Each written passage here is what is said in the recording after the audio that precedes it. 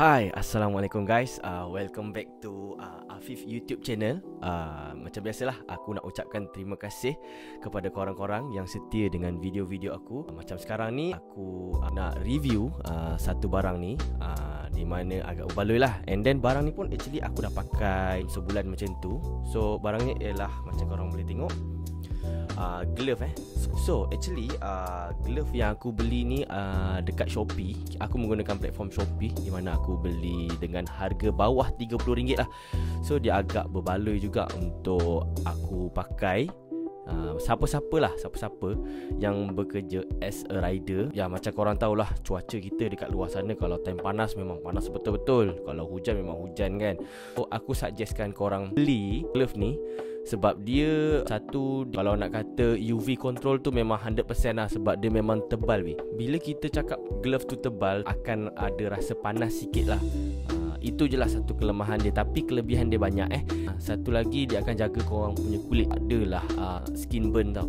So macam sebelum ni aku pakai yang jenis aku beli murah. Ada lagi murah pada ni aku beli. Dia punya material kain tu sangat nipis, UV control juga, tapi tak 100% lah, like 50% macam tu. So untuk glove ni yang aku beli ni, so dia agak berbaloi lah. Dia punya ketebalan untuk kain tu sangat tebal. And actually kalau korang sarung tangan, korang pakai, dia sedap tau dekat dalam. So dia tak mudah cepat berpeluh, sebab material kain luar dengan dalam dia sama. Kepada rider-riders yang bekerja di luar sana, hujan dan panas, korang boleh beli glove ni as a keselamatan satu, and then menjaga kita punya kesihatan seperti kulit lah, terelak daripada skin burn.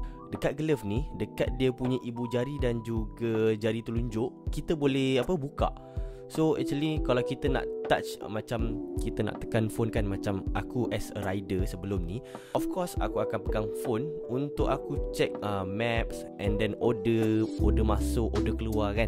So of course lah kena pakai jari kan. So nanti kalau pakai kain dia tak detect. Dia boleh detect juga, tapi macam tak selesa tau.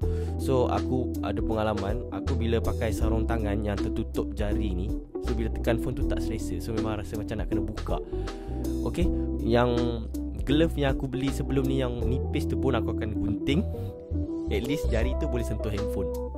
And ada yang selesa je, depends korang lah, korang nak macam mana. Tapi glove ni, korang nak pakai glove, tak payah tekan pakai jari pun boleh. Korang nak pakai jari, korang just buka macam dalam video ni lah.